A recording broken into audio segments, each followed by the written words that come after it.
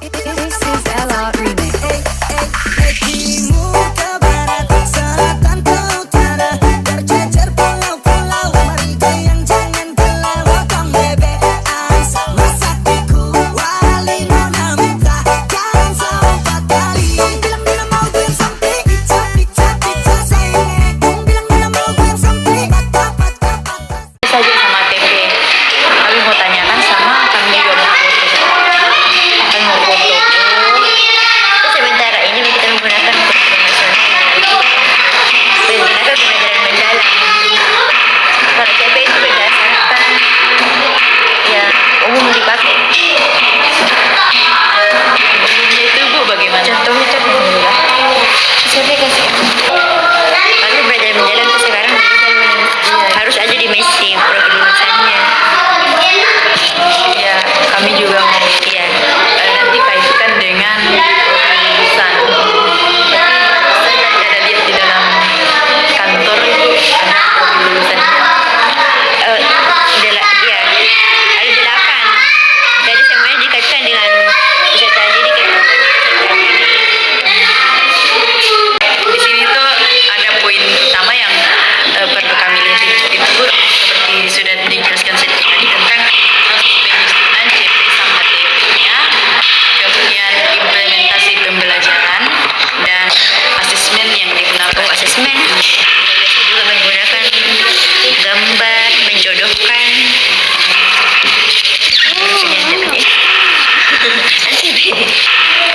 Implementasinya jadi dari peserta itu berbeda-beda.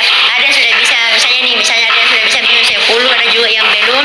Jadi bagaimana cara kita melakukan pendekatan kepada anak-anak supaya mereka juga semuanya bisa. Jadi Bagaimana proses sekolah dalam menyusun dan mengimplementasikan capaian pembelajaran serta alur tujuan pembelajaran.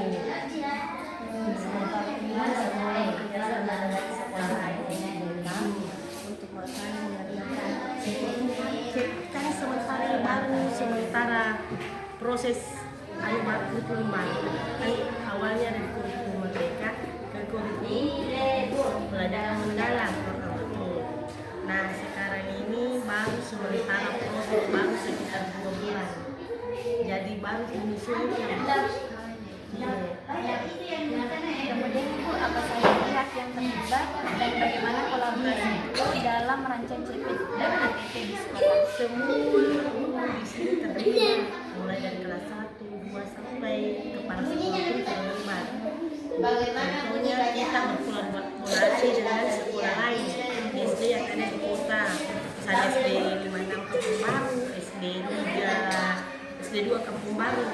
Kemudian ada beberapa guru di sini ikut pelatihan yang tentang pembelajaran definisi.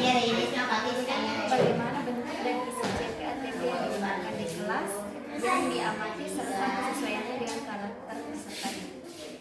Kalau sementara ini saya lihat CP-nya sudah memenuhi tentang karakteristik anak. Kan anak ini berbeda-beda.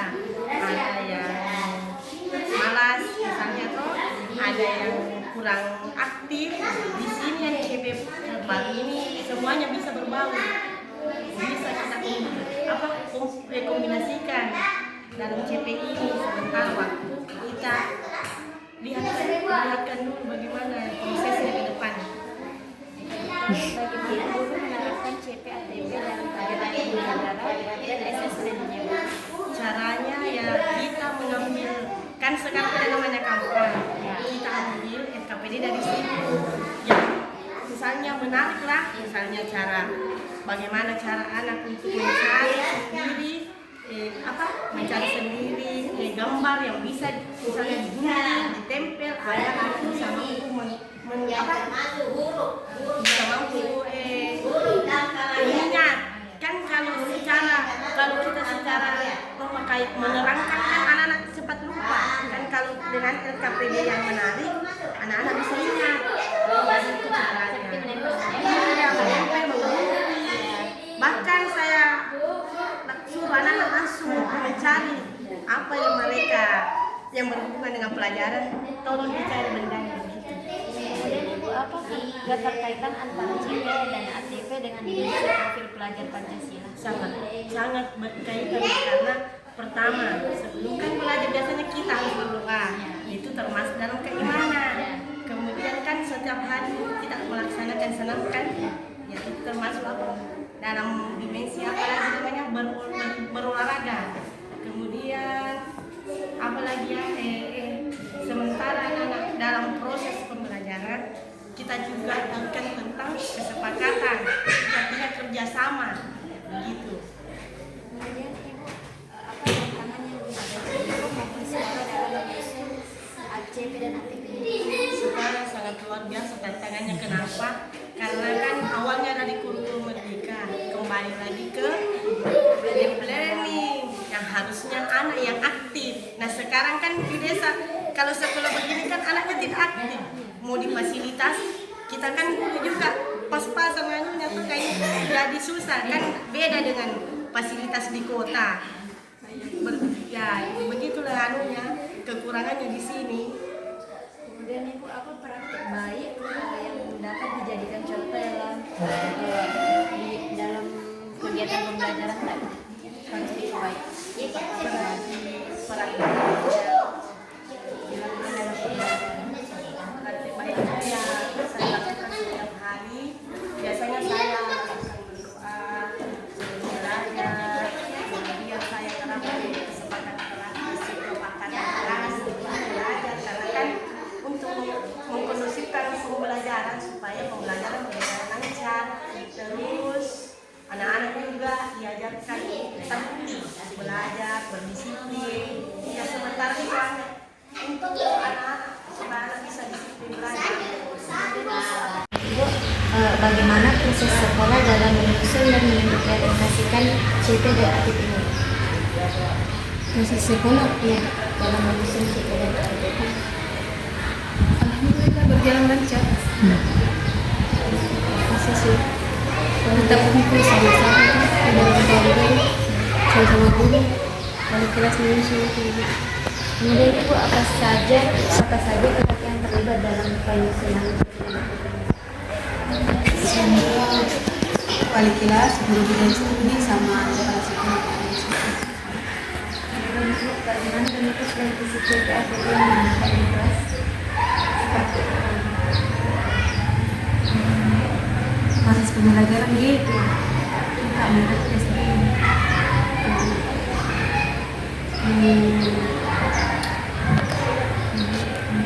penutup itu kayak menggunakan kembali itu maka ditanyakan apakah sudah dipahami. Bagaimana guru mengatakan CP dan ATP dalam kegiatan pendidikan? Seperti biasa menanyakan keadaan siswa dulu karena kita itu menerapkan dalam apa kepada anak-anak bagaimana bermakna. Terus siswa juga itu harus memahami sama dalam proses belajar itu menggembirakan siswa juga harus gembira itu dalam proses pembelajaran.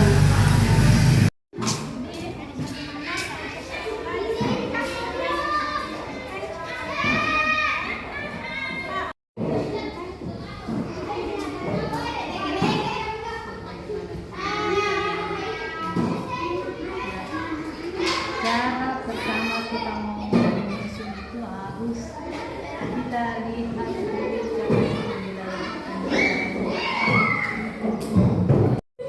kita buatkanlah tujuan pembelajaran sesuai dengan kebutuhannya anak-anak.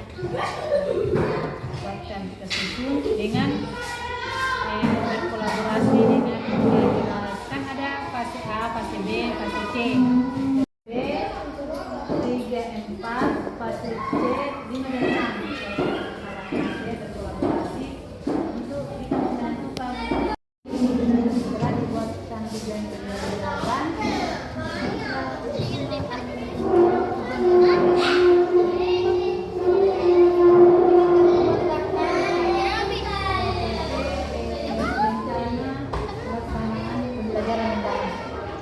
saya mau tanyakan itu bagaimana proses sekolah dalam menyusun dan mengimplementasikan capaian pembelajaran serta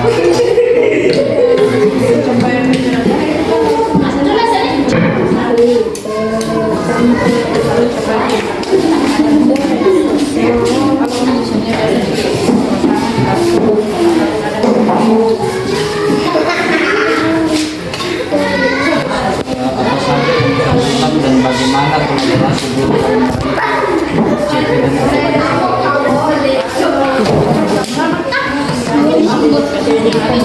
bentuk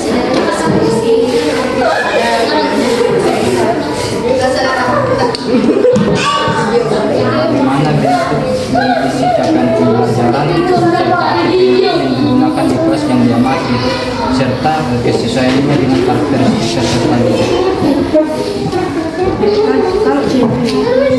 Kalau CP ini pelajaran dalam CP ada biasa langsung cara belajar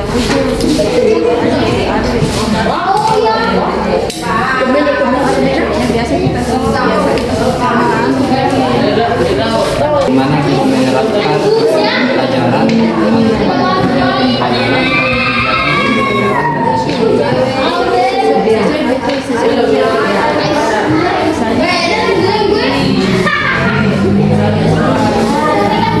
rasio kita belajar mengenai supaya dilakukan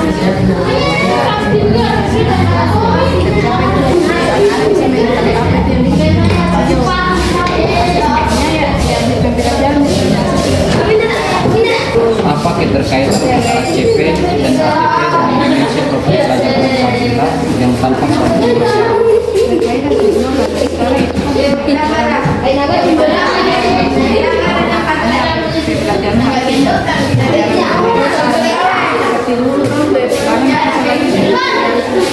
anak-anak harus senang menerima pelajaran